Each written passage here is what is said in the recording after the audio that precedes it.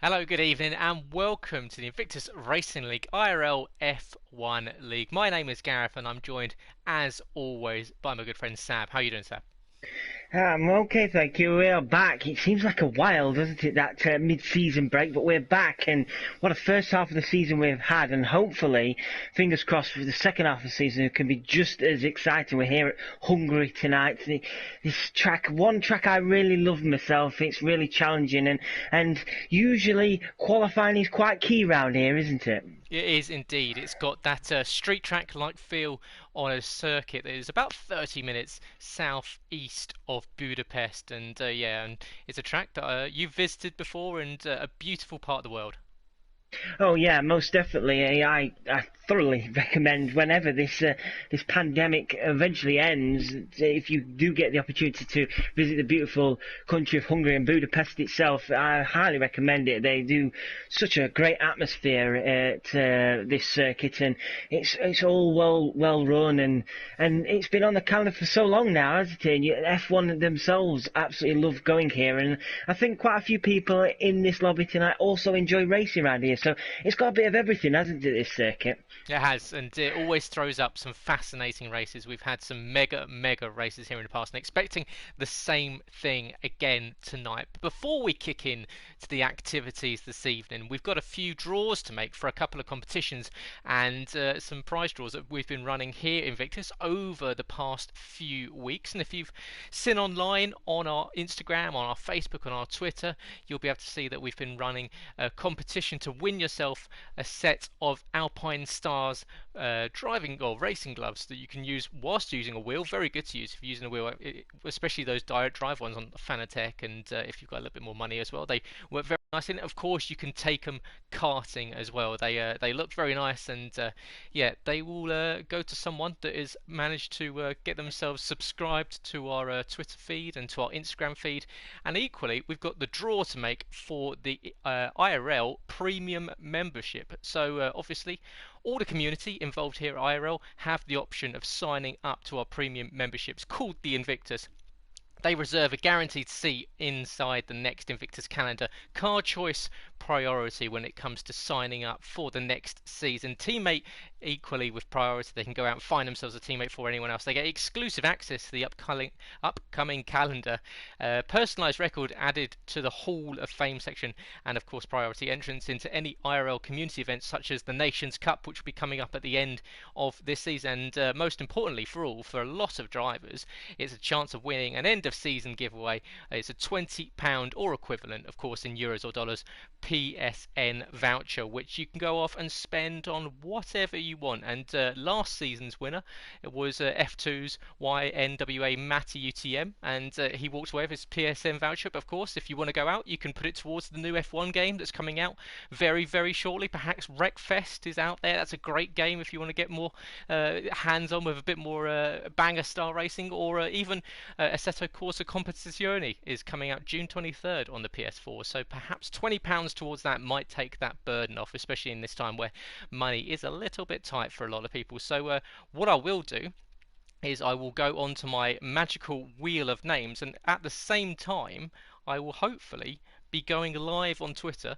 and we will be going live to make sure this draw is valid, and you can see that we're not cheating, we're not getting anyone stiff. So good evening Twitter, and yeah, we are now live on the Twitter channel, and we are live on YouTube. So if you're seeing this on Twitter, come to us on YouTube where we are streaming the IRL F1 League, and I can now flip you over, and you can see my lovely colourful wheel on the screen right now. And you guys listening will have to listen in for the famous words of spin that wheel, and off we go, and we will find out who of our premium members will be walking away with a £20 voucher, and it's going to go to F2's Aaron JS 1992. So congratulations, Aaron. That's a PSN voucher worth £20 coming your way. So I'm sure Aaron will be absolutely delighted with that, and I've known him very well, and yeah, he will be, I'm sure, putting that towards a lot of FIFA points, I would imagine, when it comes to Aaron. And yeah, so on to our second draw of the evening, and this one is for those Alpine Stars, and that is the lovely racing gloves you can see here on screen that I've got. And unfortunately, this would be much better if I could be using OBS, but wait for F1 2020, guys, getting it all set up for you there. But yep, you're going to have to trust me, and you're going to have to go to Twitter. And it would be a good place if you're not already following us on there. Make sure you press that follow button. Even better, you'll be able to see any more giveaways and competitions we do coming up. But here is the wheel, and we will spin the wheel for the winner of these gloves. And it's spinning, spinning, spinning, spinning, spinning. A lot of names, a lot of people signing up and wanting to get involved. Who is going to be the lucky person? It looks as though the wheel has stopped on at Future Rydog 99. So congratulations to Future Rydog 99. You've won yourselves a pair of absolutely awesome Alpine Stars racing gloves that you can use. As I said, karting you can use on the wheel.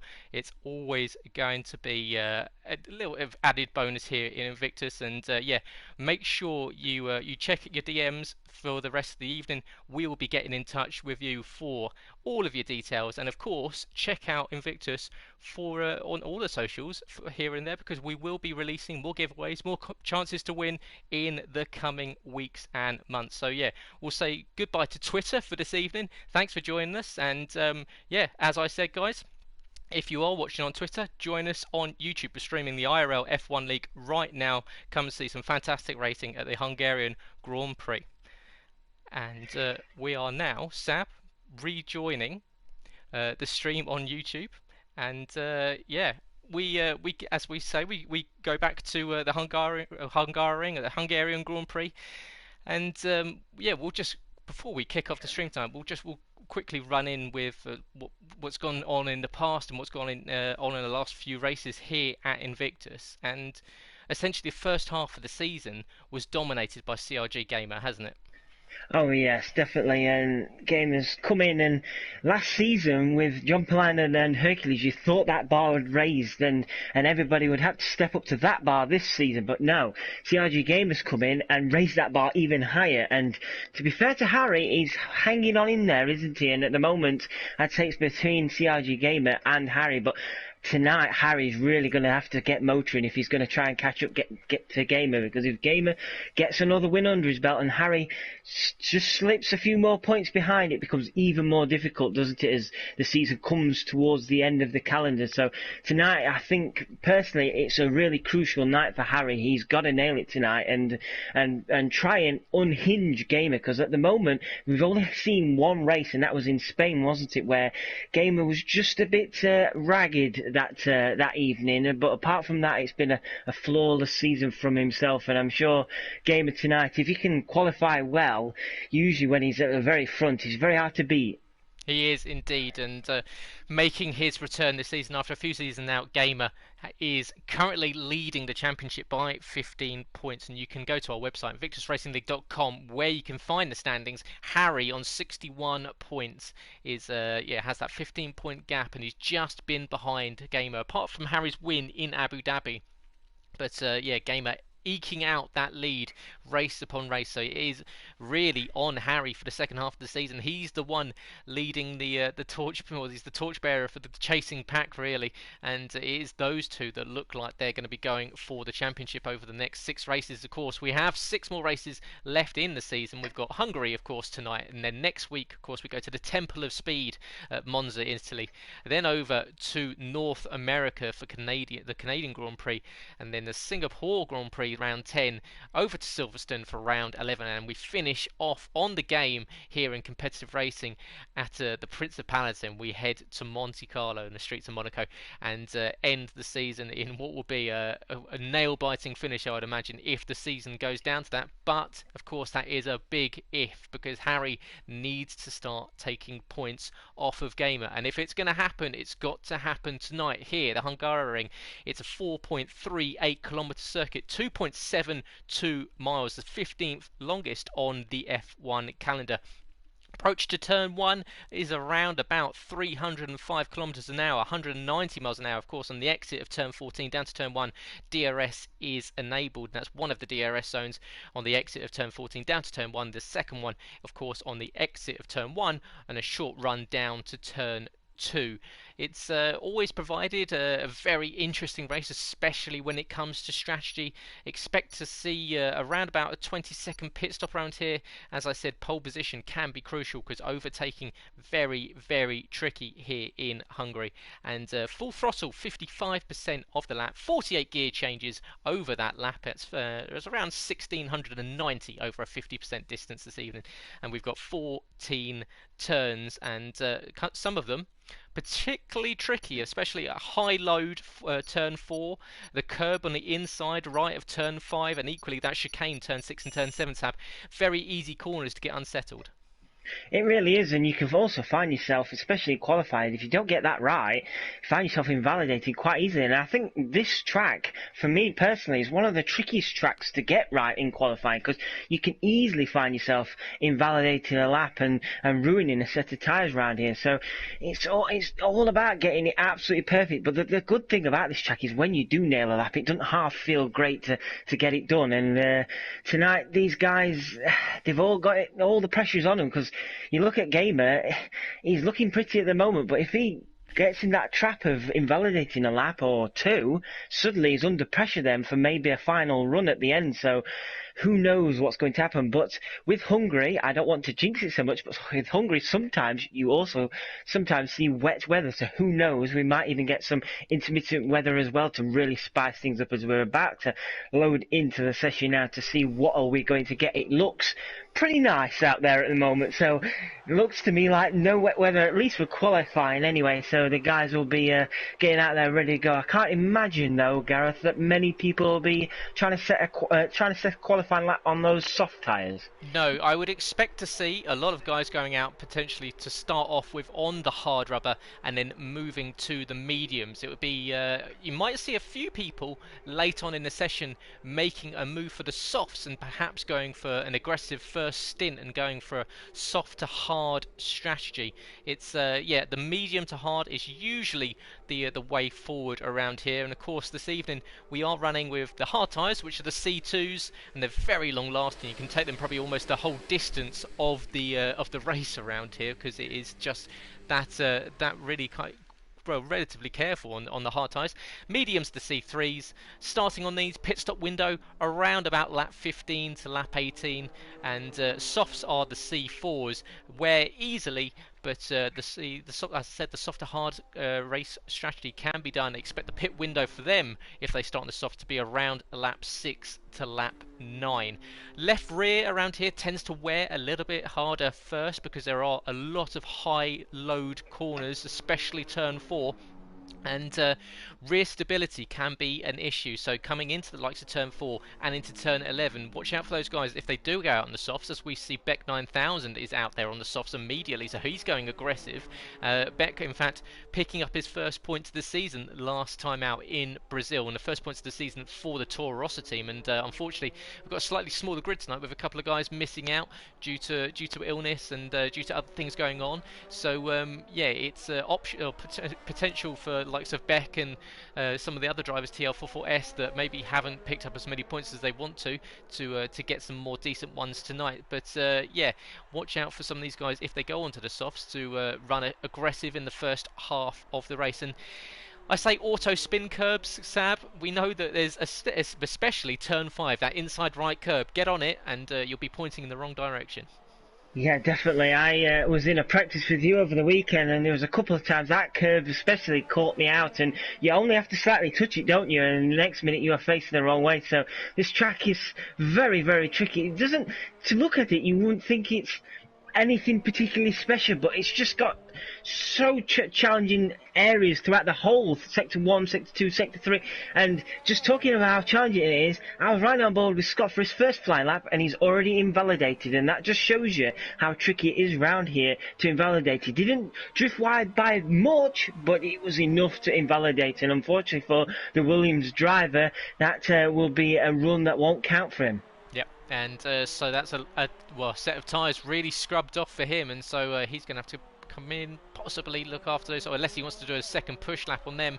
But then we'd expect to see him on a set of faster tyres later in the session. Beck's about to round the final corner and set the provisional pole time for this evening with just over 14 minutes left to go, and it's a 1:16.976. And I would expect to see pole low 16s perhaps even. So yeah, Beck perhaps with a slightly slower time there. Charlie does a 17.5 on the hard tyres. What can the likes of Charlie do? Charlie comes across the line, does a 17.5, fractionally faster than his Williams team rival.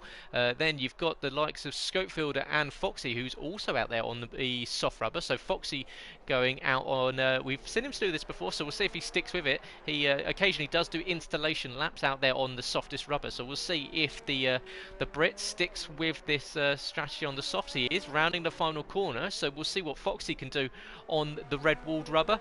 And he comes up to the line. Where can he get himself? Is it up onto the front row? No, it's a 1:19.2, so I wasn't even looking at the time there. So he's going to look at improving. And welcome to everyone joining the stream. Great to have you on board. Make sure if you're enjoying it, press that like button. Helps us out massively. If all of you that are watching could press it, even better. Really, really helps us out. And equally, if you're not subscribed already, what are you doing? You get more and more racing throughout the week. We've got plenty of racing here on YouTube, live on Monday, Tuesday and Wednesday. You've got 4 different leagues. And then on Sunday nights we stream on twitch.tv for our Xbox League, which is uploaded later to the YouTube channel. So loads of live racing here at Invictus over the next few weeks before we go to the break. And of course then we'll be streaming F1 2020 very, very shortly, as we've still got a couple of guys coming around the final corner. TL44S in the Mercedes comes across the line on the hards, moves up to 6th position. It's a 1:17.993, 0.003 of a second slower than Scopefielder, who got himself up into 5th. I'm just riding on board with MNT Eltink. You may know him as KJ Eltink from previous races. He's got a new tag now.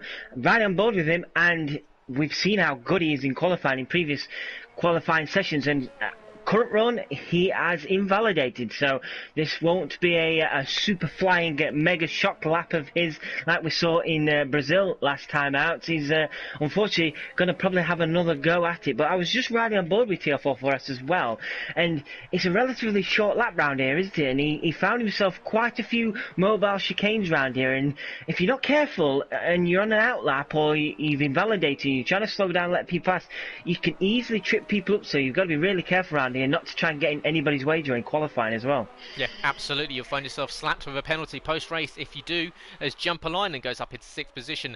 Last season's winner here in Hungary, in fact. So he'll be looking at improving on that. He's another driver to go into the 17.9s, as we've still got Beck at the top of the standings. But in fact, we'll go on board with our current points leader, CRG Gamer, who's rounding the second sector now, coming up to the chicane. And we'll see what Gamer can do, riding the curbs at the chicane very nicely there in the Renault. And he's now coming into the 3rd sector. Want to keep it very clean, very tidy on these hard tyres, set down that benchmarker time, and see if he can get himself up towards Charlie's time, that 1:17.105, who's done a couple of laps out there, as it's a purple second sector for Gamer. So it looks as though he's going quick. Can he dip into the 16s on these hard tyres? That would set him up nicely for a second stint run later in qualifying, with just over 11 minutes left to go in the session. Gamer comes across the line. Where does he go? He's only up into 3rd position. 13 thousandths of a second split the two drivers at the top of the standings, who currently only start 2nd and 3rd. That'll be encouraging for Harry, won't it? He knows that at the first shootout he's just got the edge over Gamer, but I'm sure Gamer will be coming back. I'm just keeping an eye on Scott. He's doing several laps as he's coming he's coming into the pit lane now, Scott, but he'd done several laps on those hard tyres, as well as a lot of people around there, but nobody at the moment is choosing to jump on that medium tyre. I've just flicked over to Sam, and Sam once again is invalidated, so there's a lot of invalidations going around here, and people finding it quite tricky around here. Sam, the Haas driver, bails on that and comes into pit as well. But yeah, at the moment everybody apart from Beck and on that soft tyre, competitive soft tyre time, has set times on that hard tyre, so I'm expecting in the next few minutes to see some medium runners coming out. Yeah, absolutely. With just over 10 minutes left to go in the session, so we're just over halfway, or just under halfway through, sorry. And yeah, we've still got Jumperline. He's out on track, still trying to set another lap on these hard tyres. We'll see if he can improve on that current 1:17.940 that he sits on. We've got what looks like one of the Hasses coming down to turn 1. That might be White Fountain, as his teammate Samuel Pepito is in 5th position and currently sitting very comfortably in the garage. And where does Jumperline? He does stick with it. So where can the Finn improve to? And of course, as I said, last season's winner here, after the battle with the Warislander that went down to the final lap, he moves up into 4th position, just behind his teammate, 4/10 down though. So a little bit of work to do for Jumperline. Yeah, a little bit of work, and he'll be hoping just to try and get a bit closer to the very front, because it's been a very challenging season for Jumperline, and as it is so far, the defending champion, as you say, it's just not quite been at the races. Qualifying has been poor, and ultimately the race pace has been poor, and the Renault driver this year's just been shown up really by his teammates. So for his sake, for a bit of pride at least, coming into the second half of the season, it'd be nice to see Jumperline and show some of that true form what we've seen from him last season. So if he could get somewhere near to the back to the front again, that'd be really good for the likes of us as well, who are commentating now, to give us a even bit of a better battle. But I'm just going through the pit garages at the moment, and as you can see, the likes of Harry, Samuel Pepito, Scopefield, TL4 are all having medium tyres fitted right now, so expect them to see them on the track any moment now. A little bit of traffic in the third sector for Gamer, but he went purple in sector 2. Can he improve on that 1:17.1? He does. It's a 1:16.960 on another run on those hard tyres. So Gamer goes to the top on the older rubber, so plenty of time to come in and put a set of mediums on, but he gets himself up onto provisional pole position, so he gets ahead of Harry and ahead of Beck 9000. So good lap there from him. We've got Cliffy, who's just come across the line and done a 1:20.9, so he will need to improve on that time. We've got MNT Eltink, of course, as you said, it's former KJ Eltink, who's taken the last 3 pole positions here and invalidates at turn 4 again. So the man who's taken the hat-trick of pole positions, that's 2 invalidations in a row, so the pressure is on for the Dutchman. It really is, and the track is really biting hard. I'm just keeping an eye on right now at Samuel Pepito. He is out on a set of medium tyres right now. He's on his out lap, so it'll be fascinating to see where this will put him, because you've just seen Gamer go on to provisional pole with that 16.9. You'd imagine Sam is going to get close to that, if not surely beat that, if he gets a nailed-on run here on those medium tyres, as he now begin his first flying lap on those medium tyres. And Sam, in fact, will be looking at improving on his last 3 qualifying results, and he's been incredibly consistent over the last 3 races, but in fact it's only been 7th position he's managed to pick up over the last 3. So yes, the Spaniard will be looking at improving on the time that he's been setting in qualifying and getting himself a little bit further up the grid. And just going back to Jumperline, because Jumperline has had a torrid season in qualifying so far this season. In the last few races, 18th, 9th, 10th, 4th, 16th. That's how poor Jumperline's qualifying has been so far this season, as Scott moves up into 4th position in the Williams, and he's done a lot of laps on those tyres. We're still on board with Sam riding the curbs there at the chicane. Where can the Haas driver get himself? And he's usually done relatively well here in Hungary, so we'll see if he can improve. He's on the medium tyres, so way wide there, using a lot of the runoff, and somehow he's gone purple in that sector, and yeah, possibly passed a little bit of Hungarian currency to the local officials there to not give an invalidation for that one. But into the final corner, what can the Spaniard do? In the Haas, comes up to the line, comes across the line. Where can he get himself from 8th? He goes up into provisional pole position. It's a 16.6, only 0.3 per second faster than Gamer on much used hards. Be fascinating to see now. Harry, who briefly got the jump on Gamer on those hard tyres, is now setting his flying lap on a set of medium tyres. So be interesting to see what Harry can do. You can imagine how the form of Harry in qualifying this season, especially, he could get ahead of Sam, but he's got a bit of traffic there in the eyes of TL4 Forest and Schofield. They managed to get out of the way nicely, so not so much of an issue there. So Harry now well on his way on the set of mediums. What can he do? He is, as we've got another few drivers coming around as they finish their lap. So Charlie and Foxy into the box. We'll check in with Harry as he is on another, as he is on the flying lap. I think he's the only one at the moment on a flyer, with Sam having set his time last time round. So Harry looking to get back to provisional pole position, needs to beat Sam's time of a 16.604 and needs to take the fight to Gamer. We've seen these two starting next to each other as he does go purple in sector 2. He's just over 0.7 of a second faster as well, so he is going much quicker on these medium compounder rubbers. Of course the C3s, they're running on the mediums tonight, and we'll see, can he dip into the well into the 16s, maybe in towards the low 16s. Harry coming up to the line now in the Williams, goes up and does a 16.107. Great lap there from the Englishman. That is a really good lap, and it's setting down the mark for Gamer. What can Gamer do? Gamer, talking of Gamer, he's just come out of the box on a set of mediums. 4 minutes on the clock. There is pressure now, though, isn't there? Because with Harry that lap time, Gamer's going to have to really nail this on these medium times. He doesn't want to push too hard either, because as we've seen with MNT Elting, easy enough to invalidate round here, and MNT Elting, easier said than the red.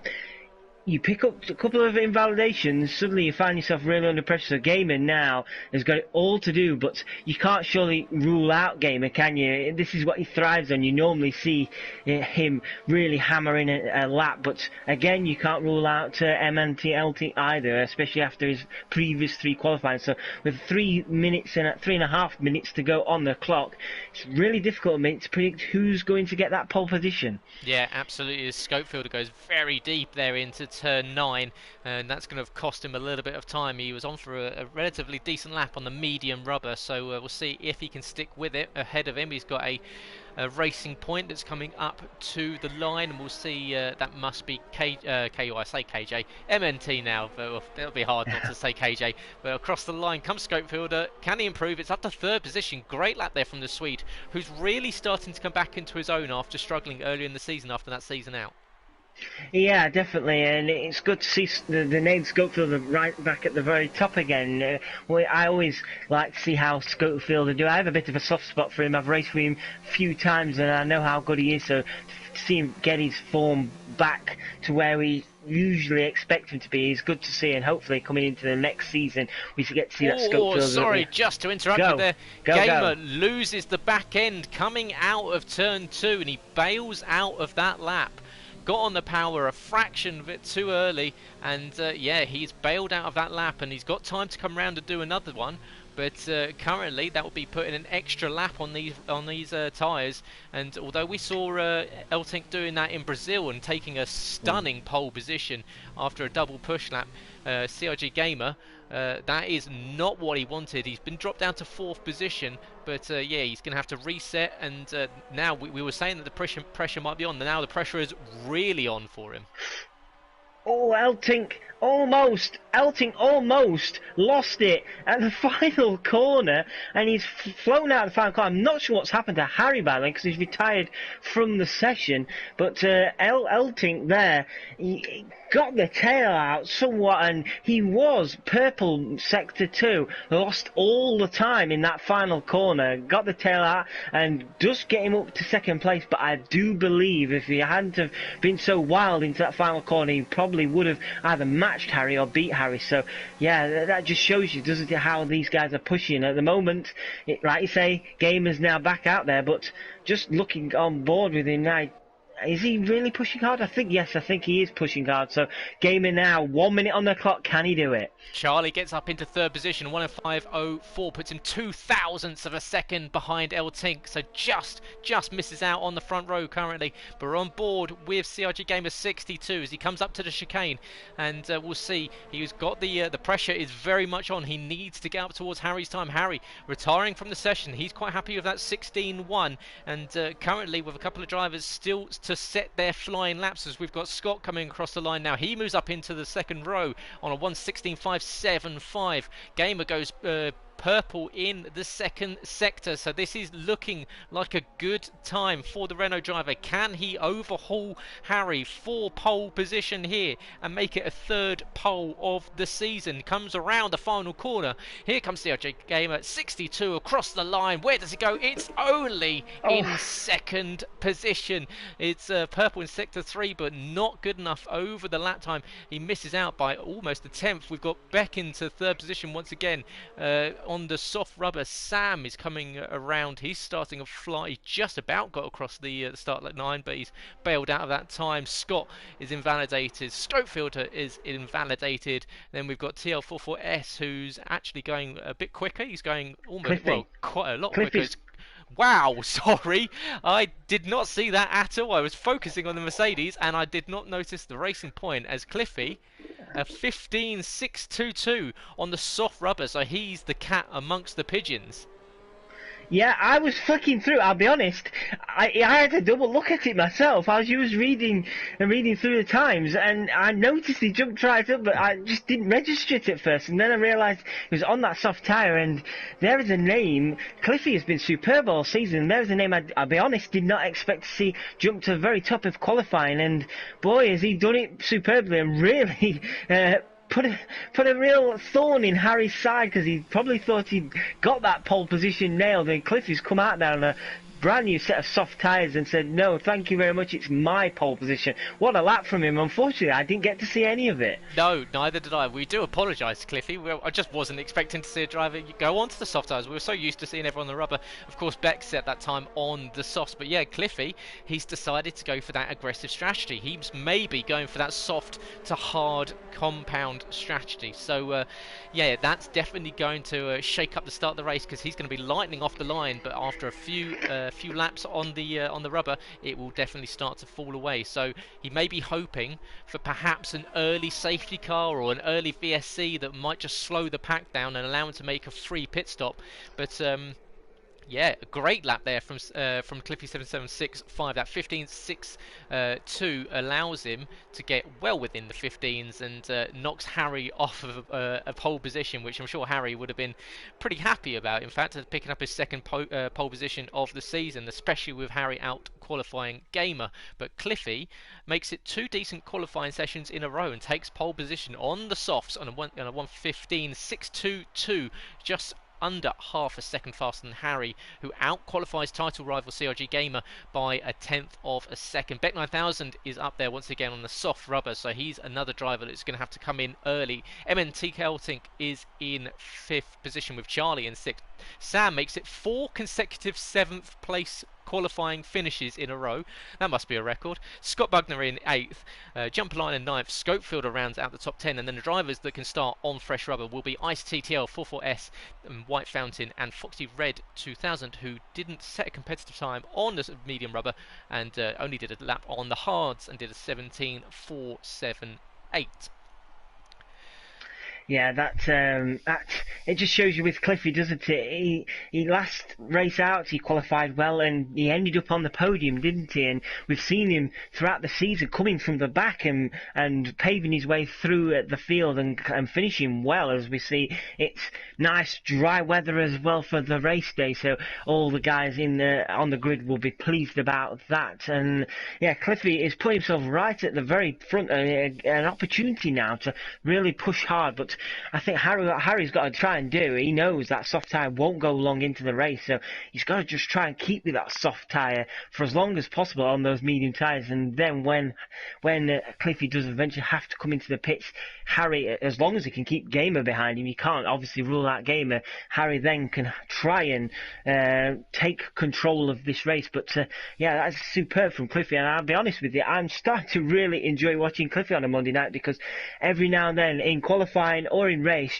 you see some superb overtaking or superb laps from him. Yeah, absolutely. And whether he was like he was at the start of the season, fighting through the field, I think he qualified on the back row of the grid for about 3 races in a row and ended up finishing well up the order in the points. And then equally in Brazil, last time out, qualified very well, ended up on the podium. So a man to watch over the end of the next 6 races, and equally, hopefully, into next season.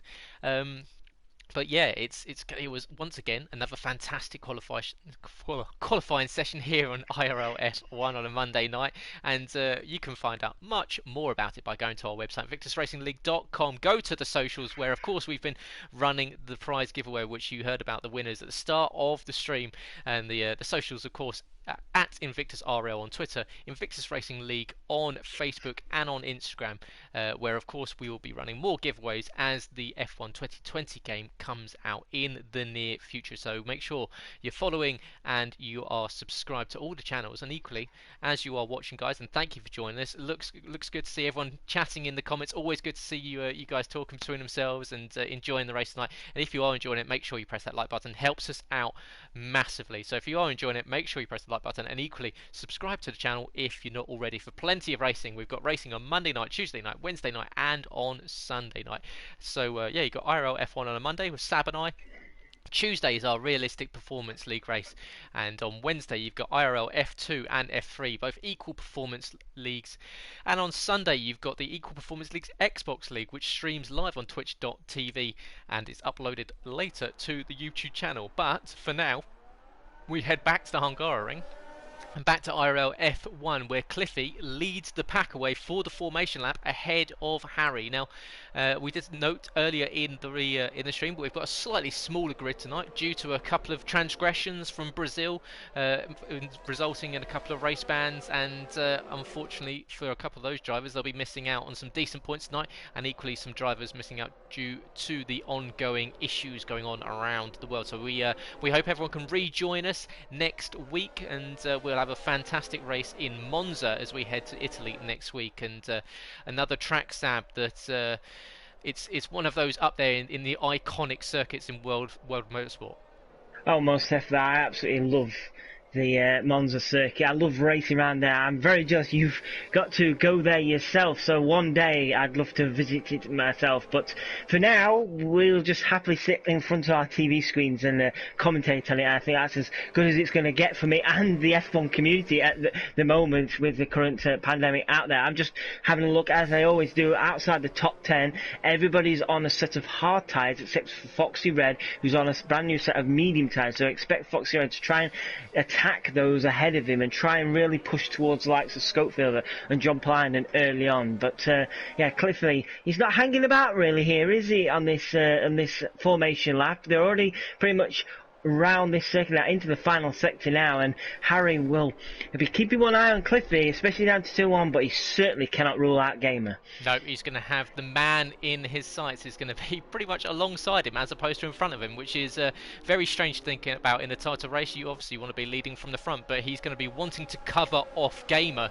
more than he is challenge for that race win into turn 1, because he does not want to let that Renault through, because as soon as the Renault gets through, of course, overtaking is at a premium here at the Hungarian. So yeah, the start is going to be the best option for a lot of these guys to get some moves done early in race before the pit window opens and they can start making the moves. But everyone filing into their grid slots that have been allotted through 1 through 14, and we're about to get the race underway here in Hungary, round 7 of the IRL F1 League. We've got 2, 3, 4 red lights, pause, out, and we're underway, and it's a good getaway there from the man on the soft rubber. What can Harry do? He pulls away and he's trying to pull alongside Cliffy, but Gamer has equally got the second racing point. There's contact there between Harry and Gamer, pushes him slightly out wide. He's going to hold on to the inside line. Can he hold on to the line going through the corner? Just about as up into third position goes MNT Elting, and Elting's going to try and go around the outside of Harry into turn 2. Can't quite get the move done, but Harry, crucially, has got a car between himself and his championship rival as Elting tries to go to the inside of Harry. Almost tips him round and just about holds on to the position, but Elting now forward, just up into third position behind. We've got Jumper Line and falling down the order into 10th. Oh, what an explosive start that was, and especially at the back. And I have to say, what an incredible start it was for Fox Red. I said he started on those medium tyres. He's already up to 9th place. It's an incredible start for the Alfa Romeo driver, and it's been a really poor start for his teammate Schofield, who's dropped back into 12th place. But there was 2 or 3 wide at one point towards the back of the grid. It's been absolutely superb, but Elting doing Harry a favour right now. Yeah, absolutely. Puts himself between the Williams and the the Renault, so Gamer is going to need to work hard to get past, but it looks as though Eltink is going to try and push to get past Harry because he's got some decent pace early in the race, but leader Cliffy7765 has already stretched a 1.5 second lead as he crosses the line to start the second lap.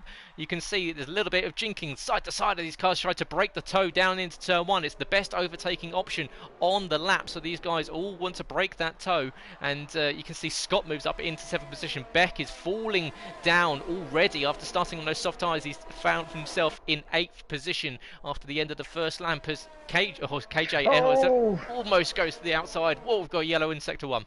Beck has lost it on. Oh dear, White found Beck has lost it to turn 2 and touched the inside wall, and White Fountain just couldn't do anything about it and came round the corner and collected the Toro Rosso, and unfortunately for White Fountain, that has fallen him right down the order and caused a lot of damage to his car, and Beck also picking up wing damage as well. So yeah, a terrible start for Beck there on those soft tyres, as he was just getting tripped up by everybody really, as everybody just seemed to be much quicker than him on those soft tyres.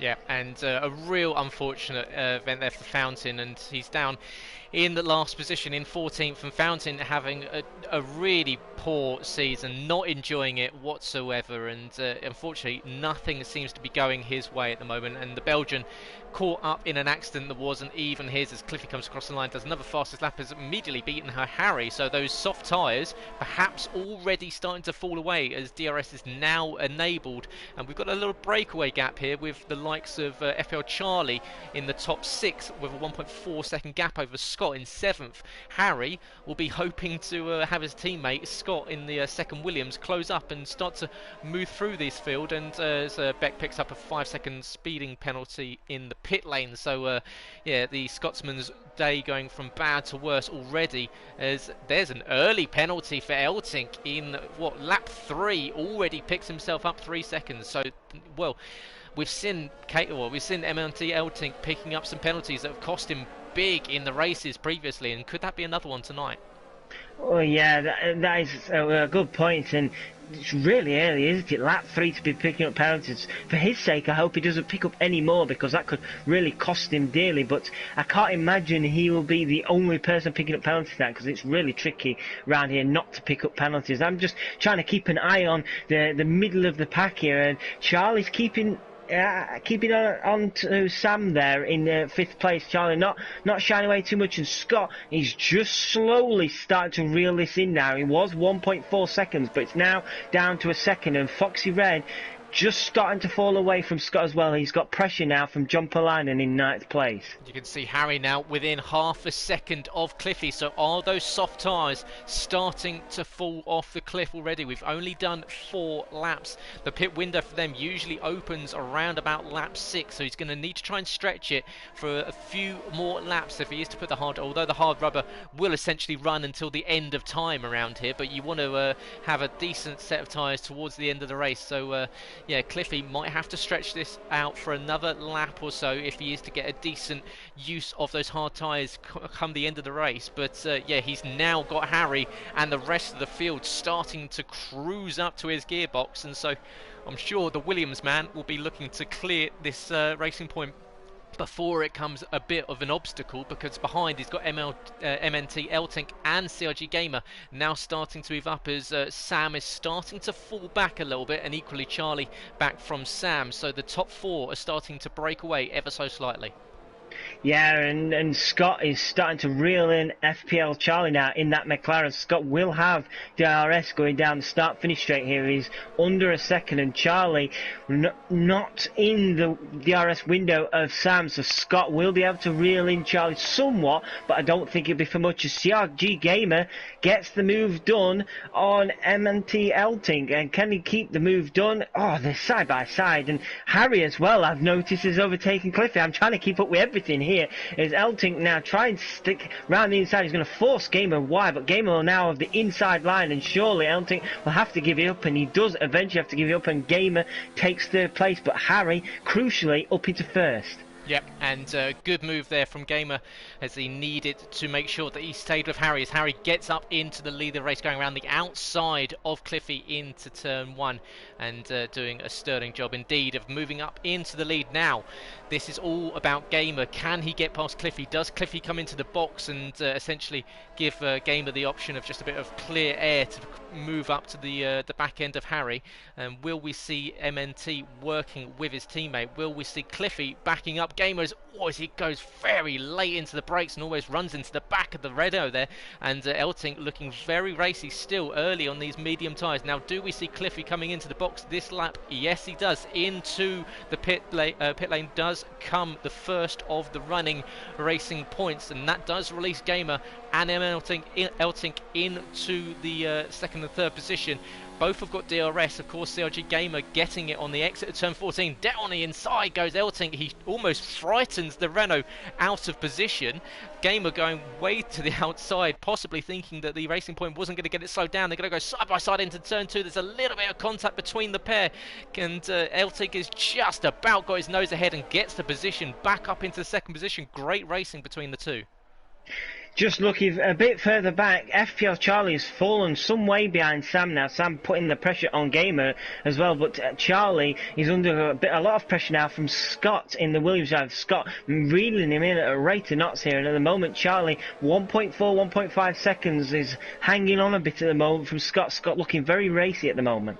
Yep, he is indeed, and Scott's starting to come up to, as you say, come up to Charlie half a second, so Scott needing to make moves if the Williams are holding on, and wide goes Elting, and that's allowed Gamer back up the inside, and Elting goes wide into turn 11, and that's allowed Gamer back up into second position, went deep on the brakes, got out onto the runoff area. Luckily for him, it wasn't a gravel runoff area, and yeah, that's allowed him to get back onto the pace relatively easily, but now battle restarted between the pair, and the Racing Point once again is going to have DRS on the driver in front, and of course this time Gamer doesn't, so it should be a slightly easier overtake for the Racing Point. It's got the inside line down into turn 1. Gamer's going to try and cut back underneath and do the switchback, but Elting covers him off and has that second spell of DRS down towards turn 2.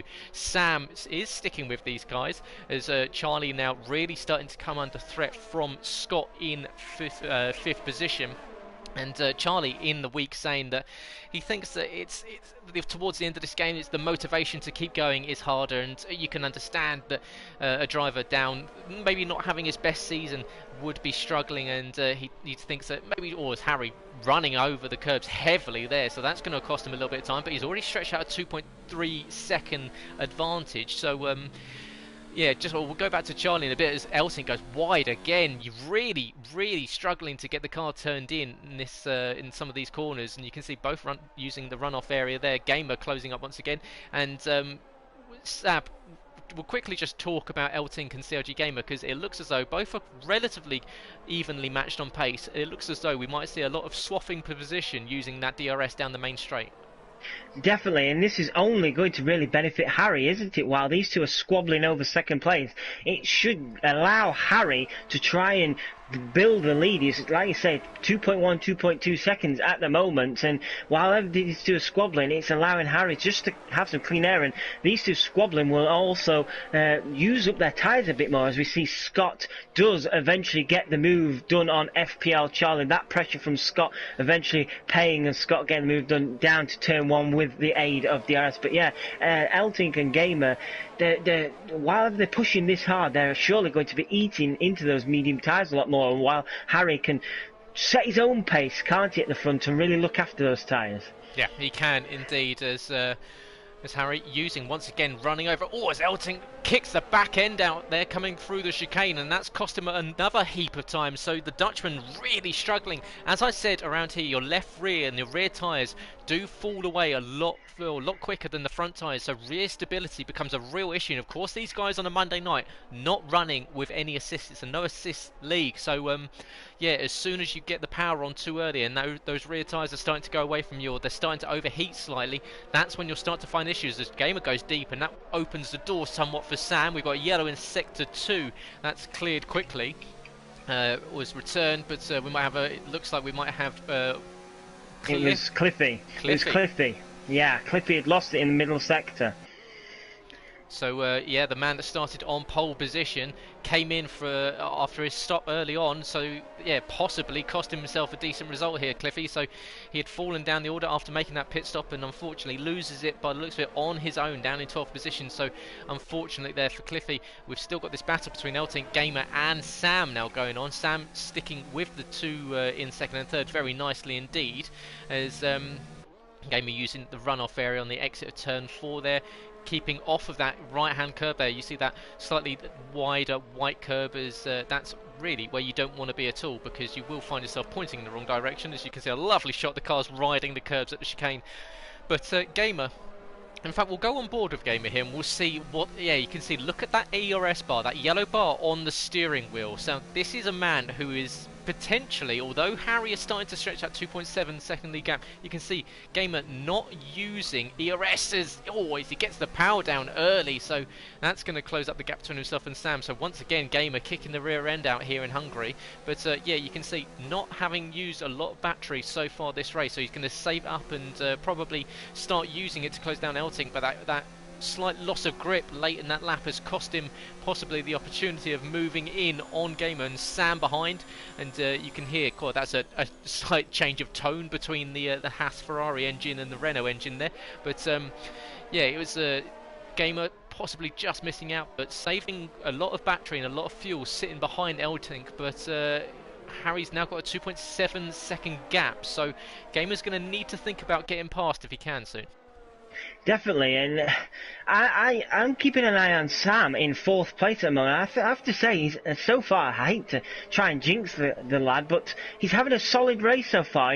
He's not pushing too hard to try and catch up and really tackle these guys for 2nd place. He's just sitting back and watching them squabble over it. And with Eltink with that time penalty, if Sam races clean like he has been in previous races, there's opportunities here for a podium place for him tonight, as Gamer riding on board with Sam. That Gamer just kicks the tyre into some dirt there. But yeah, Sam having a nice race so far, sitting in 4th. But what is also happening is Scott is dragging along FPL Charlie, so soon you could end up having a 5-way battle here for 2nd place, because Scott is just about within DRS range of Sam, and Charlie will also have DRS on Scott, so we could soon have a 5-way battle for 2nd place. Yeah, DRS activation is, or detection I should say, is just before the final corner. Activation as Gamer goes late on the brakes into turn 1, tries to go do to Eltink what he did earlier in the race and just perhaps frighten him into making a slight mistake and giving him a little bit more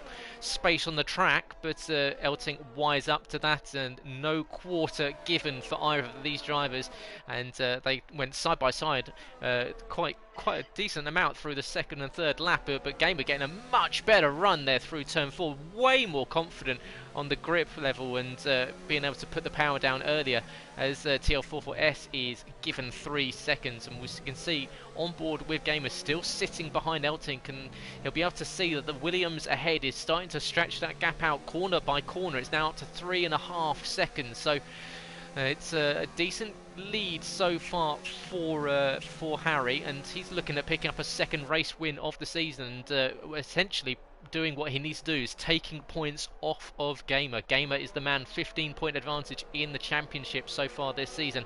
Harry needs to have Gamer falling down the order, and in fact is Gamer into the pit lane, so perhaps an early stop here to get the undercut. That surprised me. I don't know about you, because he left that very late, didn't he, to dive into the pit lane. I was riding on board with Scott, and I could just see a yellow bird dive into the pit lane, and Sam now is just ahead of Scott here. Sam's going to be under some mega pressure, and if Scott, the way he's been driving so far, he's got a good opportunity here to really challenge Sam for a podium place. But all eyes will definitely be on CRG Gamer, as he obviously puts a set of hard tyres on. What does that mean for Harry? Does Harry come in now, react to this and come in now, or does he try and keep building this lead over Eltink and Sam and Scott behind? It's a tricky position right now for the Williams team to try and work out. Yeah, absolutely. We'll see. Does that shock everyone into making an early pit stop? Of course, I said that the pit window here on the mediums usually opens around about lap 14 to lap 16, perhaps extending it a little bit longer if you've been a little bit more careful, or the guys that may have started on fresh rubber, like the likes of Foxy Red, who's on those 11-lap-old mediums, but started at the back of the pack, so he might be coming in later in towards lap 16. But these guys that, of course, did their qualifying runs may be coming in the next 2 laps or so. We'll see if the likes of Harry comes in any earlier. No, everyone's staying out apart from Harry and Elting. They do make late moves into the pit lane, so Scott stays out because of course teammate Harry's in the box. Charlie staying out as well. So yep, all deciding that it's end of the stint for those guys. They can all come in. And where is Gamer going to come around in comparison to these guys that are coming out the pit lane? He's coming out to the final corner now. He's had a fresh lap in clear air on those new hard tyres. Can he get a decent run on the guys ahead? Harry coming up to the first corner now, so he's still maintained his lead. Gamer does do what he needed to do. He jumps Eltink using that undercut, so strategy worked perfectly there for the young Brit, and he manages to get back up into a net second position.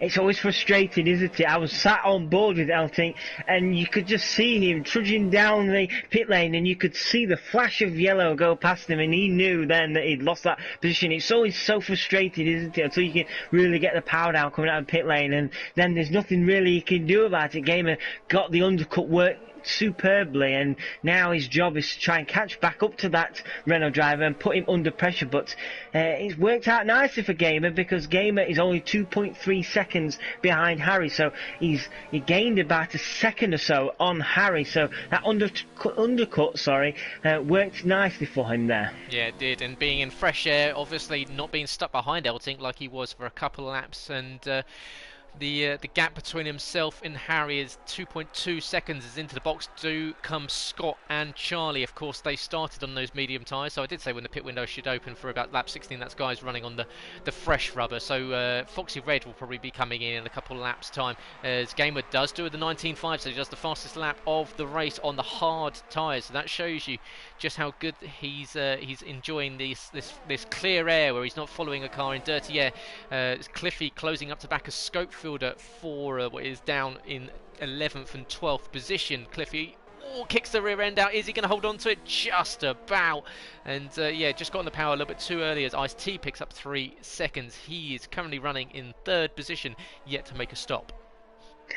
Elting is looking like he's struggling somewhat on these hard tyres. I've been riding on board with him since he's come out of the pit lane, and it just doesn't seem quite easy on these tyres yet. He's lost some time to game already. He came out of the pit lane about 0.9 of a second, and it's now 1.4 seconds behind Gamer. So Gamer, with that extra lap on it to try and rubber him in and get him warmed up, seems to be a lot more comfortable on his hard tyres. Eltink is just really struggling at the moment. He just can't quite get back up to the pace what we've seen him have early on, as Foxy Red is the last of the medium runners to come in now from the lead. Oh, well, that breaks the pit window open at lap 16 for the guys that started on fresh tyres. Perhaps a little bit earlier for him. He's going to run 20 laps, but looks on the hard tyres. Eltink does the fastest lap, 19.470 on the hard rubber, and you can see Charlie now back up in 8th position, jumps ahead of Foxy Red, who is just coming out of the box now. So he's now coming out in 10th position. So. Apart from TL44S and Ice-T, so the 2 Mercedes yet to stop. They're currently leading the race, and in fact Harry isn't too far from closing in on those guys, so the last thing he wants is to come up behind 2 Mercedes that are yet to stop.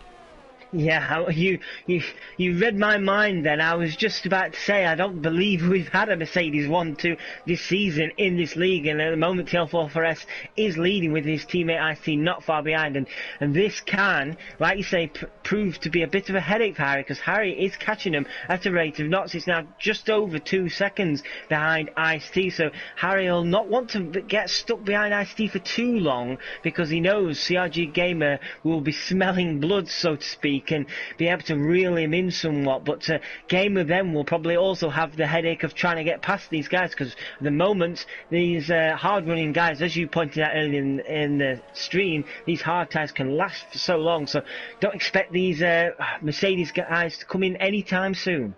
No, not at all. They start on the rubber, and they will be going pretty deep. It will be interesting to see if they're going to go really late into the race and then go for a set of softs or a set of mediums. We've got a yellow in sector 2. We'll see if anyone's losing any time or positions. It looks as though it could be for Beck or for Ferrier. It looks like it must be Beck. He's dropped back 8 seconds in about half a second there. So yeah, Beck unfortunately down in 13th position, started up the order due to starting on the softs, but unfortunately the Toro Rosso driver back down towards the back end of the field, and Fountain now picks up 3 seconds. He's having a lonely race down in 14th position after contact with Beck in the early stages of the race, dropped the Belgian down. So yeah, the Belgian driver not enjoying the season whatsoever, nowhere near his best that we've seen.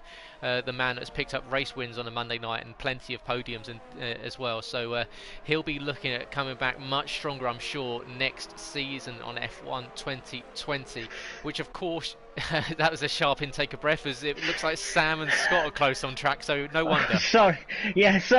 I thought Scott was going to be very brave there down into turn 12, but he's really putting the pressure on Sam now in that Haas car. Surely now Sam not going to have DRS to defend this, so Scott has been superb down to turn 1 here. It's surely going to be an easy move for Scott. Here he comes, DRS wide open. Sam can't do anything about it, unfortunately for him, and Scott makes easy work of it, and he's now up into 6th place.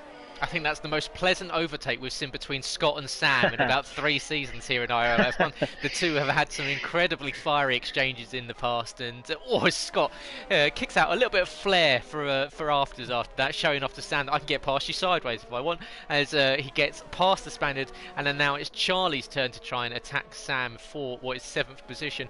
As before, where we were just talking about Scott, whilst we were talking about Scott, Harry did manage to clear IST for 2nd position on track, so he managed to get up into what is now 2nd on track, but he's still the net leader, of course, with TL44S and IST starting on the hards, yet to stop.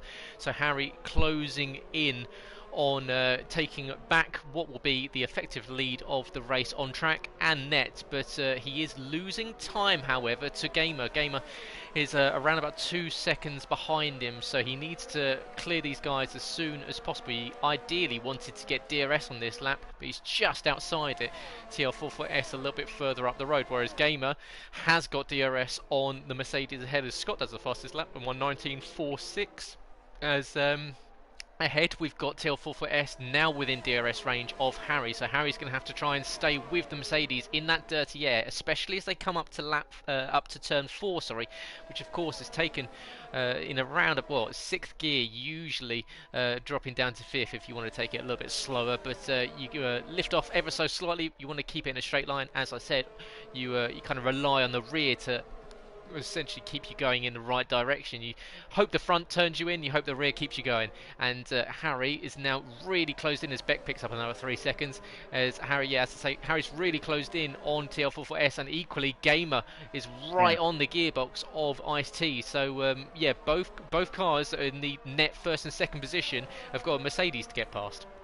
Yeah, I thought Gamer might have got the move done with DRS previously, but he just couldn't reel in Ice-T, and at the moment it's very frustrating for Gamer to be stuck with Ice-T pretty much as a roadblock right now, and Harry surely will get the move done on DRS as Ice-T jumps into the pit lane, so that is easy for Gamer to get to that position, and Gamer now will also have DRS down here, clean air as well, so Harry does get the move done on TL44S, so it's now a case of trying to stretch his lead out. It's about, I'd say, 2.4 seconds. We've got a yellow flag in sector 3, and I believe Beck 9000 has had an issue there, but yeah, at the moment, safety car. We have a safety car. Wow. Beck 9000's instant has brought out a safety car, which is really going to make things very interesting now, because that lead that Harry built up suddenly will be back to 0. Yeah, and we were expecting to see as Scott picks up a drive-through, speeding under the safety car, and that's a killer for the Williams man in 5th position, just not paying attention to the Delta, and drops over with a silly mistake from Scott. And yeah, so he'll be kicking himself, I'm sure, but that does neutralise the race, TL44S in second position can come in and make a cheap pit stop, really, under the safety car. So that's worked out quite nicely. His teammate, unfortunately, Ice-T, pitted just before the safety car, so he's going to fall to the back of the field, but is on fresh mediums. But of course, we'll see if potentially some of these guys have got some fresh mediums that they can come in and put them on and run to the end of the race on them. Will we see people come in and make a bold move for another set of tyres? Will they stick out on these hard tyres that they've just come in 5 or 6 laps prior? So will we see drivers coming in? Harry stays out into the pit lane as expected, does come TL44S. Gamer Eltink staying out.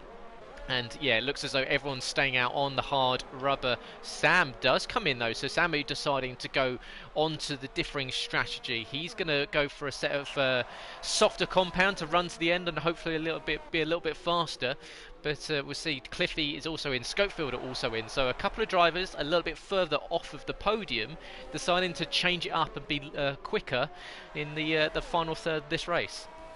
Very interesting, yeah, and if our memory serves me right, TL44S got lucky with this alternate strategy last time out with a safety car, which allowed him to pit in for softer rubber, but unfortunately, due to an incident on track, he got wiped out, and that strategy unfortunately ended, because I think TL44S would have finished strong that day. He had a great race, so hope for his sake tonight that it could pay off. Now he's out there on a set of brand new medium tyres, so it's going to be fascinating to see what he can do, because you've got Foxy Red, you've got John Polainen, FPL Charlie, all on harder compound and worn compound as well. So if TL44S can keep clean, bear in mind he does have a time penalty, TL44S can make up some places here and potentially score well tonight. Yeah, absolutely. And will MNT Eltink really be feeling the woes again after picking up that penalty? He could potentially lose another podium, which I think would make it 4 races in a row that he could have potentially have picked up a podium if he hadn't made a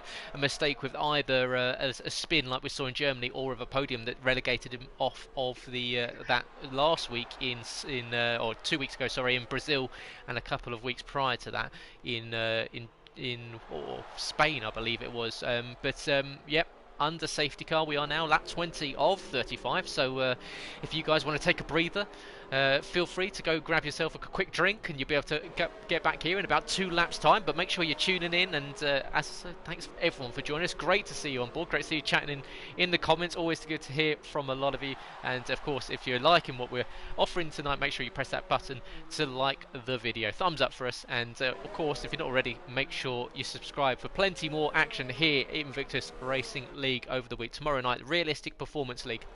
And then on Wednesday night, you've got IRL F2 and F3. F2 covered by Dan and James. F3 covered by Harry and Charlie. The men currently occupying 1st and 5th in the running this evening.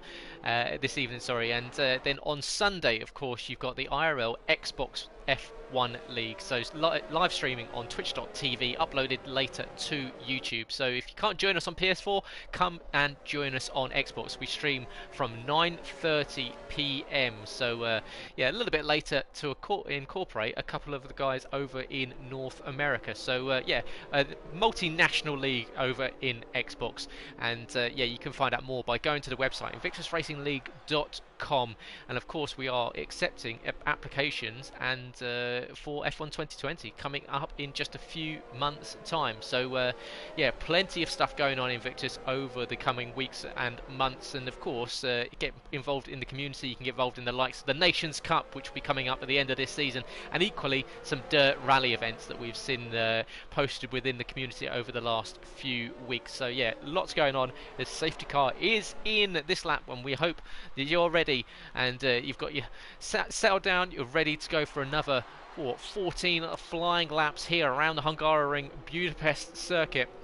And Harry will lead the pack away, and behind him he's got a slow Haas of White Fountain, but it looks as though the man who's a lap down is going to have to stay there. Harry's going to have to decide when he puts the hammer down, and he's gone. So he's decided to stretch his legs out early, and he comes up to the final corner. He's now got CRG Gamer behind him. Harry, this is the pressure is now on, but will we see MNT Eltink and Scott, who are both chasing him down, make a move? Eltink has got a decent draft on the Renault. Pulls, you can see Gamer closes off the inside line. He's going to have to make the Racing Point go around the outside.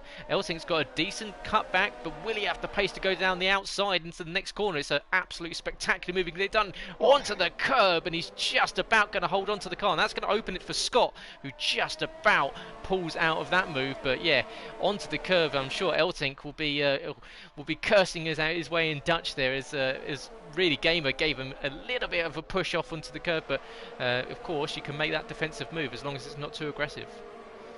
Oh, that would have been some move around the outside if he'd managed to get it done on Gamer. And this is exactly what Gamer didn't want. He wanted to be able to go and put the pressure straight on Harry. But what Harry got was the benefit of a lapped Hascarb in between him and Gamers, which has allowed Harry to really get the runaway straight away. And now Eltink will be trying his hardest now to try and badger and really harry that Renault driver, but at the moment, as we know, Eltink does have that time penalty, so Scott's not far behind him also with that drive-through penalty. So at the moment, I'd say FPL Charlie is sitting quite nicely here right now. Samuel Pepito drops down the order, making a mistake. He's down in 12th position. So Sam, having made that stop for medium tyres, has come in. Unfortunately, he's made a mistake and he's dropped down into third. As we've got MNT is once again trying to close in on Gamer, and he's not leaving the Renault alone. So Gamer's going to be wanting to look in front of him and not behind him. That gap between himself and Harry is now opened up to over a second, so when DRS is enabled in a lap and a half's time, the Williams driver won't have to worry about it just yet. If Gamer can, he needs to get back in within that 1 second window, and he really needs to start pulling away from the Dutchman behind, because the MNT driver is starting to once again hound the back of him. And Scott almost getting out of control in the exit of the chicane, and he's having to drop down the order. He's let Charlie through. He got all out of shape coming out of the chicane, and he's had to let the McLaren through before he got back onto the racing line at speed. And it's a 3-second penalty for Eltink, and that's going to really hurt him, and that could potentially, I mean, obviously the race will see the times expand over the next few races, next few laps, but yeah, that could potentially drop him a number of positions. What this safety car has done is it's done Harry no favours whatsoever. Harry now is within DRS. Is within DRS of Harry, as Eltink now is trying to put the pressure on Gamer, and that's what I think Harry's going to have to try and rely on, is Eltink to keep pressuring that Renault driver, so Gamer is looking more behind him than looking ahead, because at the moment Harry can't really get away from Gamer at the moment. It's around a second, 9/10 of a second at the moment, and Harry he's just got to drive it sensibly now, because he picks up one penalty or runs wide anywhere, Gamer suddenly will be on him. And Eltink is like a little yappy dog at the moment, just biting at the heels of the Renault ahead. He's looking at every single opportunity. He's just throwing it down the inside, as you can see running over the chicane there. And you can see Harry kicking up the dirt on the entry to turn 9 there. So possibly losing a little bit of time. You can see the gap's now down to 7/10 of a second, and it's all about who can stay consistent over these last few laps. We've got just over 10 laps left to go in the race. We've got a Williams, a Renault and a Racing Point in the top 3 positions. Eltink, of course, with 6 seconds of penalties. FPL Charlie is in 4th, but the man on a charge is TL44S. He's now closed within, 3 or 4 tenths of a second, and we'll just quickly check in to make sure that we won't see any moves for the top 3. We won't, but here comes TL44S, the inside of Charlie, up into 4th position, and well done TL44S. He got the strategy. Worked perfectly into his hands. Charlie's going to come back at him, however, and squeezes the Mercedes offline, and that's a bit naughty from the McLaren driver there, as I'm sure the Mercedes will be a little bit aggrieved there that the door was closed pretty firmly by Charlie. He's lost a lot of time, but TL44S looking very racy on these fresh medium tyres. Yes, he is, and that was slightly naughty there from Charlie. I think TL44S was already up the inside, and Charlie firmly closing the door, but TL44S just can't lose his head now. He's still going. He hasn't lost too much time. He's got the better tyres, so if he just keeps his cool now, he'll be able to get past Charlie and have another go again. But the moment, TL44S is the one to keep an eye on at the moment, but Eltink just further ahead, just isn't really making any moves, is he, on Gamer now? Gamer not really gaining on Harry either. They're all stuck in a bit of a stalemate at the moment in the top 3. No, and one person that has also suffered is Scott. He's dropped down to 12th position, so the second Williams driver must have made a mistake in the last lap and a half that we've missed off stream. And drive-through penalty. Oh, he had the drive. So yeah. Sorry, I didn't mean to up there. Yeah, he had the drive-through penalty, didn't he, during the safety car period? So I seen him come into the pit lane for that. Yep, so yeah, it's a shame for Scott. That means that he has dropped outside the points. We've got a side-by-side between Cliffy and Ice-T, the two going around side-by-side through turn 1 and through turn 2. Into turn 3, the Racing Point gives them a bump onto the runoff area, kicking up the dirt on their return to the track. They're still side-by-side. There's going to be contact between the two, and just about they both keep it in a straight line. But that was on the boundaries of what can and can't be done through turn 4. It's almost a flat-out corner, and these two neither one was going to give up any quarter at all, and Cliffy just about manages to hold off the rear attack from the Mercedes driver. He's up into 8th position. Yeah, just looking at 4th and 5th place still, that I don't know whether it unnerved TL4 for us slightly, but he's not been able to make any inroads on Charlie since, and what it has done is allowed John Palainen to reel the Mercedes back in somewhat on those harder tyres, and he's bringing Foxy Red and Cliffy alongside him with him. So the moment TL4 for us is just having a few off laps at the minute, but does have DRS. Charlie won't have DRS, so he is really in the McLaren, but unfortunately at the moment he just can't quite get the move done. No, and Jumperline in 6th position is going to be doing wonders for the Constructors' Championship. There's currently only a 4-point gap between the Renault and the Williams team, with CRG Gamer and Jumperline, of course, making up the Renault, and Harry and Scott in the Williams. So, yeah, it's the Renault that have a 4-point advantage, but with Scott now non-scoring after that drive-through penalty, this is going to help out the Renault big time in that run towards getting that trophy at the end of the season. So yeah, it's all going to potentially, all these points that maybe dropped through slight small transgressions, such as speeding under the safety car, which is such a silly mistake to make, and I'm sure Scott will be kicking himself about, could cost you big time come the end of the race. And who else? We've got Ice-T, who's in 9th position, the man that picked up 5th place in Brazil a few weeks ago, and that was his best result of the season. He, of course, is starting to fall behind Cliffy, so Cliffy now on the fresh mediums that he came in under the safety car is starting to close in on Foxy Red. Foxy Red, of course, started last, is now up into 7th, and the man in the Alfa Romeo is equally not too far behind Jumperline, and we've got this trail of cars behind Charlie now, so Charlie starting to feel the heat from a number of different cars. CRG Gamer is really starting to put the pressure on Harry now. It's down to 4/10, and Elting is just slightly falling away from this battle now, 9/10, sometimes a second. So at the moment, CRG Gamer looks like he's managed to get rid of that Racing Point, and now sight is firmly set on the Williams driver, as Harry there is now under severe pressure from that Renault, just 0.3 of a second, and if he can stay within this distance coming up to start finish line with DRS activated, surely it would be an easy move for the Renault driver. So pressure is really on now for Harry. Loses a couple of tenths a second on the exit of the chicane, just kicking the rear end out a little bit there, so Gamer dropping back to 0.6 of a second behind. But yeah, it looks as though he's a little bit more active on these hard tyres compared to Harry, who's possibly just taking it a little bit more cautiously, not wanting to pick up a penalty that will effectively relegate him out of the win this evening. So it might be the case that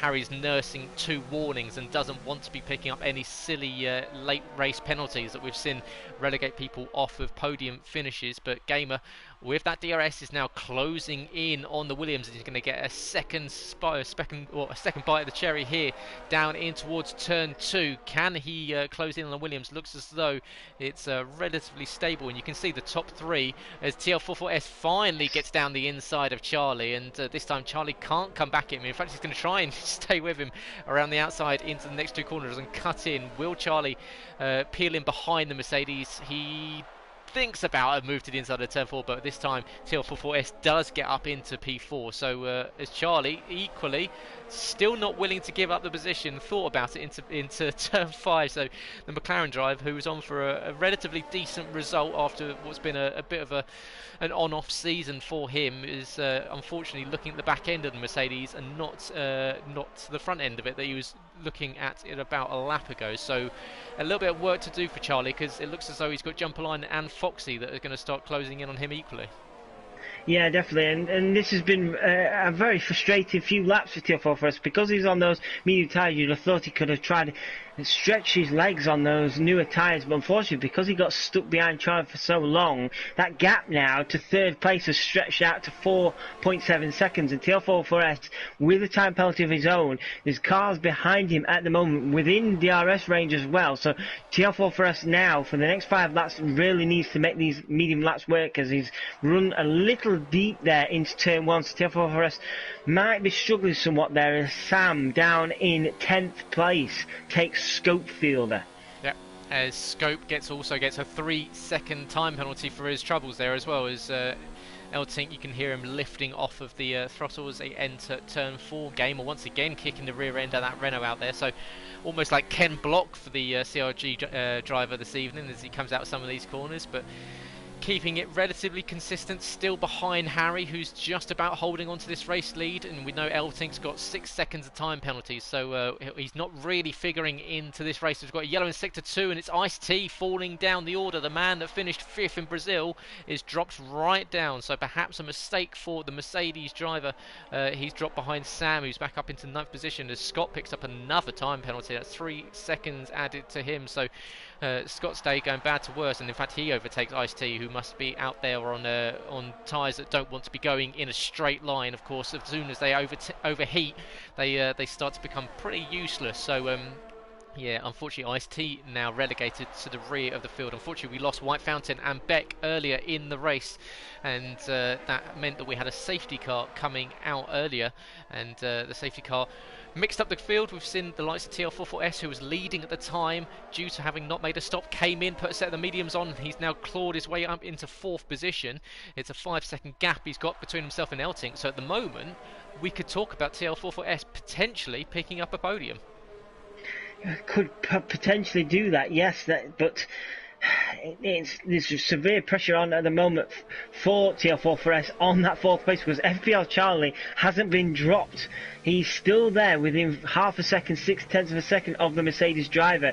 John Pline isn't far away either, so the pressure really is on TL4S with the last 4 laps to go. But like I say, TL4S with that time penalty could end up proving to be costly for him, and who knows, somebody like FPL Charlie could sneak a podium here in the last 4 laps. Could indeed, but of course plenty of racing left to go here in Hungary. Plenty of time for guys to pick up late penalties. We've seen it happen even on the final lap of the race, people picking up penalties that have knocked them out of decent points paying positions. So yeah, watch out for some late moves. As you can see Foxy going deep there into the final corner, and you can see TL44S, FPL Charlie, Jumper Line, and Foxy and Cliffy all in a line, and then you've got that gap back to Sam Pitu, who's got himself back up into 9th position, into the points after that mistake earlier after the safety car restart. Sam's currently the man with the fastest lap of the race as well, so he'll be picking up that extra championship point. Charlie now just under 0.4 of a second behind TL44S, so these medium tyres have probably started to go over the hill, so the guys on the hards will slowly start coming back to him. Yeah, TL4S looks like he's really struggling now. I'm riding on board with Charlie, and there's been a few corners that TL4S has gone deep into. So Charlie at the moment is within 0.3 now. So if Charlie can keep that gap, surely when it comes to the first DRS straight, he will be able to have an attack on that Mercedes driver, because TL4S, he dips a tyre in the grass there, the Mercedes driver, but does keep it on track. Charlie really starting to put the pressure now on that Mercedes driver. You can see the LED lights on the rear of that Renault flashing, meaning that he is saving battery while sitting behind Harry. Almost loses it on the exit of the final corner.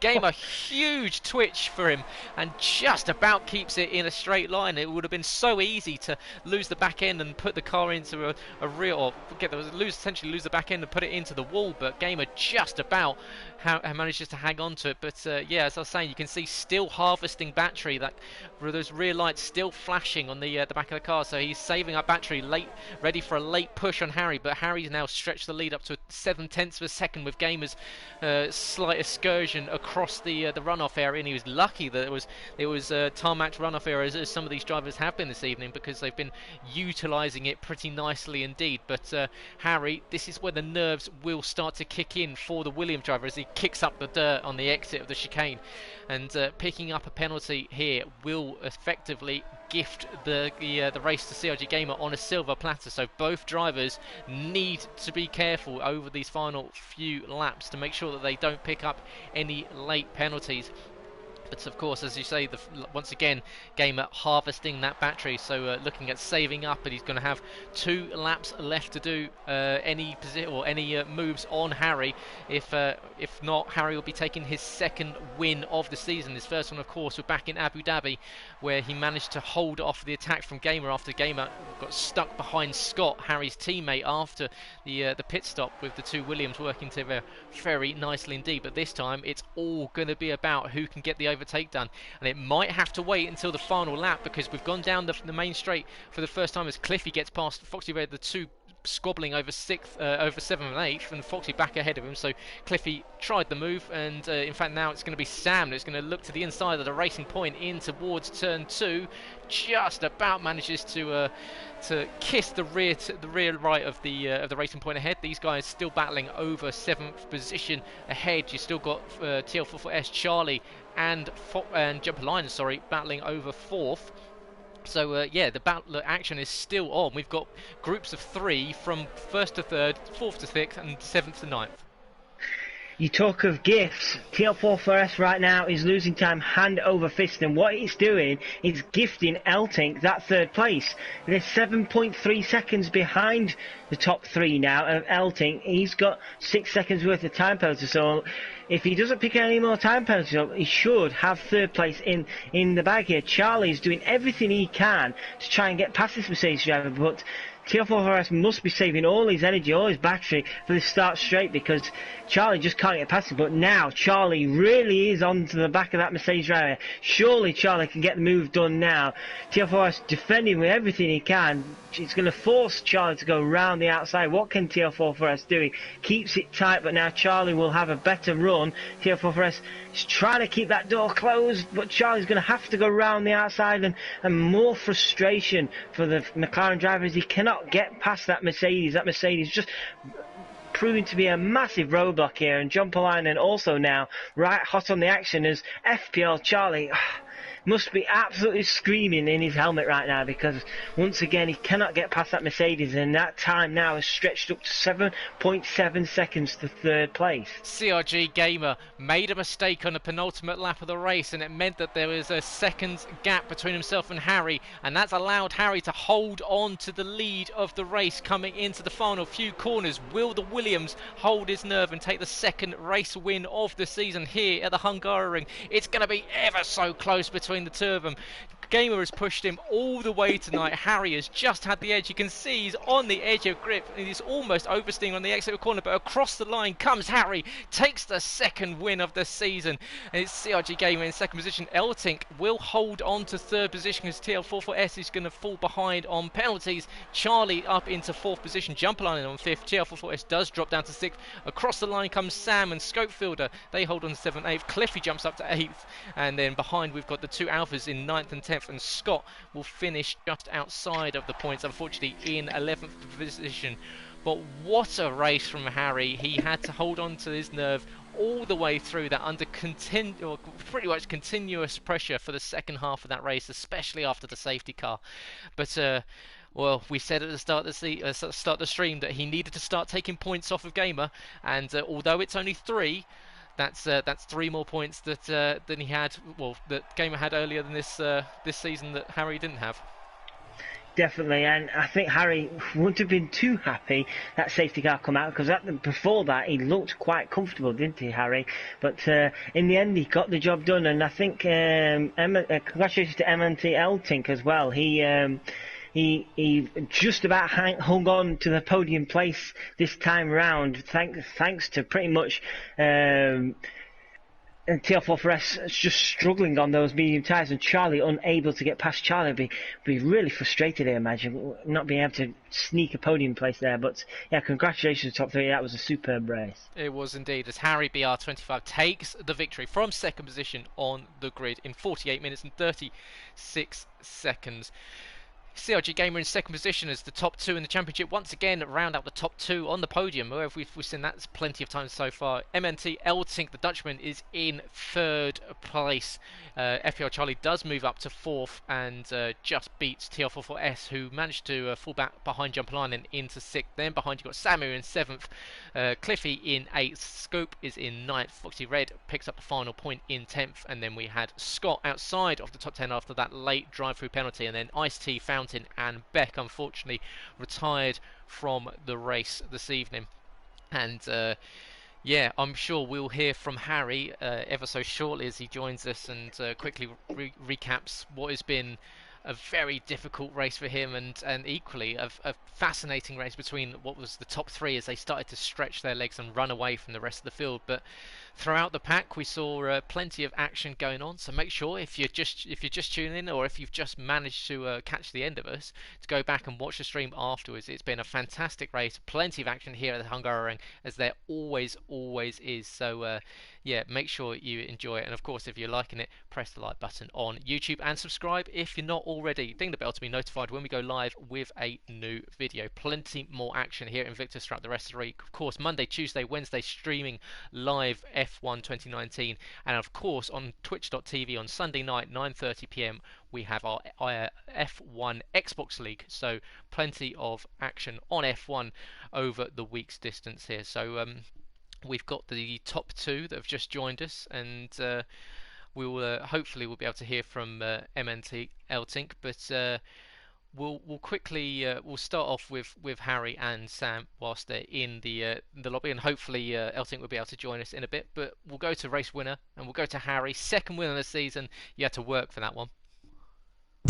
Yeah. I think bricking it is a phrase for those last few laps. The game was getting really close on a couple of laps. Managed to get some quite good exits at the last corner, which sort of saved me. And I was checking my engineer to see if he got a penalty, because it can be quite easy track to get penalties, but he didn't. And I had 2 warnings with like 3 laps to go. So, but no, I just about held on, and it's quite a tough track to overtake. So, but no, I'm pleased. So what were you thinking? You'd stretched out a lead to around about 3.5 seconds just before the safety car period. You see the safety car flash up. Surely your heart sunk there as you realise all your hard work had been undone. Yeah, definitely. Because I was looking quite comfortable. I think it was quite equal pace for game. I think was he sort of gained a tenth or two. I'd gained a tenth or two back the next lap. So I was quite happy, quite confident. Could have been he might have started catching me. Who knows? But I was quite confident I could try and at least manage the gap. And then it just also, because never really had that situation when you're in the lead and safety car, it's like, do you pit, do you not? But I think when it's such a hard track to overtake, I think you just got to take the gamble of track position paying off, and I think it did in the end. Yeah, well, it was fantastic racing from yourself tonight to get into the lead and to hold on to it in a circuit, as you say, is hard to overtake. And we go from Hungary this week to Monza, so a completely different type of circuit where you can see overtaking at pretty much every corner on the circuit. So how is it to go from a track where you're trying to pay attention to every braking zone, to making sure you're not touching any apexes that turn the car around, to a track that you can be pretty open with, and you can put your nose in and hope to get a little bit of space from some of the other drivers? Yeah, it's complete night and day difference really, the two circuits. So certainly did be a massive challenge. But yeah, I think I'll just be trying to keep it clean on the first lap and try and be in someone else's DRS, to be honest. I think Monza, but I'm sure it'll be good to watch. Well, congratulations, second win of the season, and we were saying at the start exactly what you needed to do. You needed to start taking points off of Gamer, and that's exactly what you've done. And we'll move on to the man in second position, and a bit of damage limitation if you aren't going to pick up the victory. Second place is the best you can do, and so although you obviously tried to get past Harry later on, yeah, he did well to keep ahead of you. Yeah, definitely. I mean, the last like after the safety car came in, I was just trying to get close every lap. But in the middle sector, he'd pull away, and then I couldn't get a good exit at the last corner. Apart from the last few laps, I'd noticed he was trying to be a bit more careful with the track limit. So I thought he'd got 2 warnings or something, very close. So I was just sort of the last like 3 laps, I was just throwing everything at it. Hence why I went wide at that fast right-hander on the second to last lap.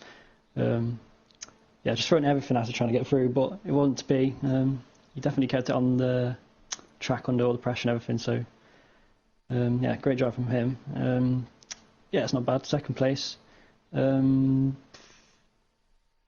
it's good. I mean, we'll go on to the next one and try and get back at the top again.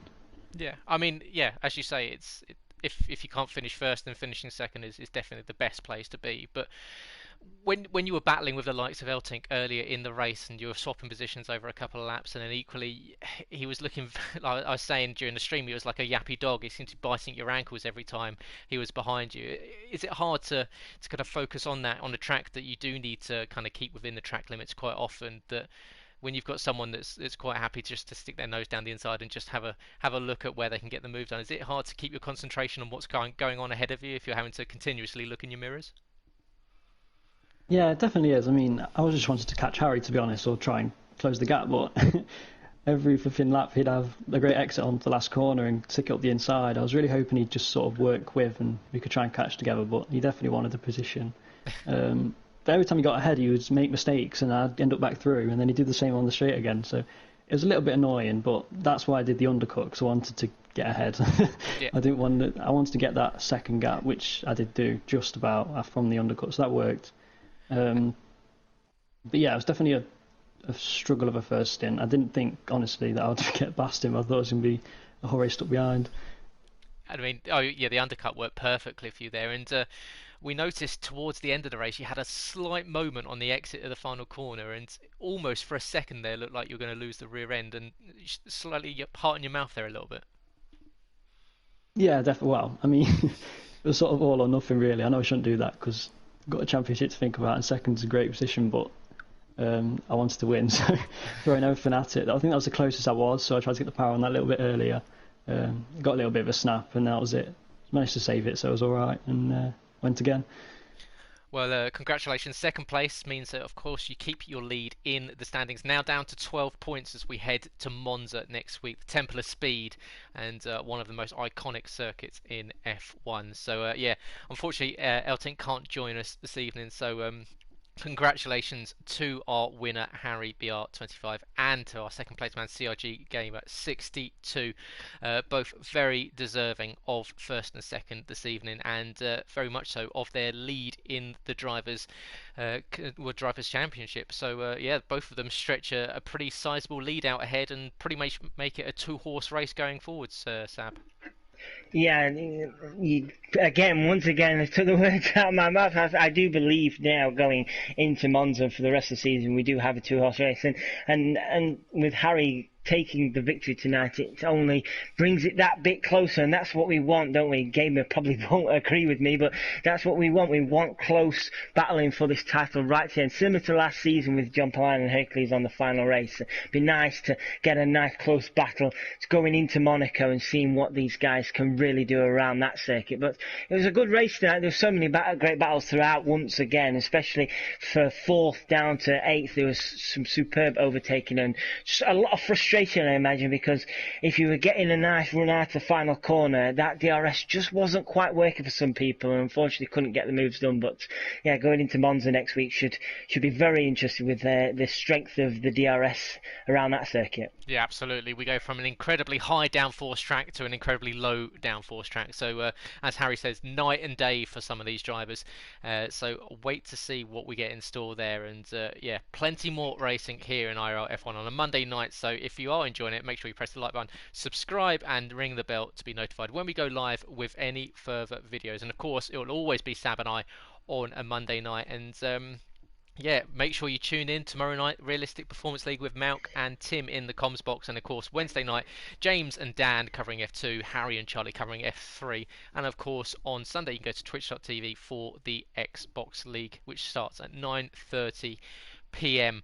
Yeah, go to the socials, Invictus RL on Twitter, Invictus Racing League on Facebook and on Instagram. Of course, we revealed our prize winner earlier in the stream this evening, so congratulations to those two guys that managed to pick up the racing gloves, and that was Futile Ride Dog that picked up the Alpine Stars racing gloves, and Aaron JS 1992 that was the winner of the Invictus Premium Membership £20 PSN voucher. They will be getting in touch with you via DM very, very shortly, so watch out for that. And of course, guys, premium membership for the guys running in the community is now open, so if you'd like to be part, make sure you go to the website where you can find out more about it by going to the Invictus section. But that is us done for this evening. Thank you very, very much for joining us. Great to see everyone enjoying the race in the comments and chatting and getting involved in talking about what was going on. Always good to see you guys enjoying it. And we will hopefully see you back next week here for the Italian Grand Prix Round 8 of the IRL F1 League. So have a very, very good week. We will see you very shortly. Enjoy the rest of the content over Invictus for this week, and if not, we will see you next Monday night. Good night.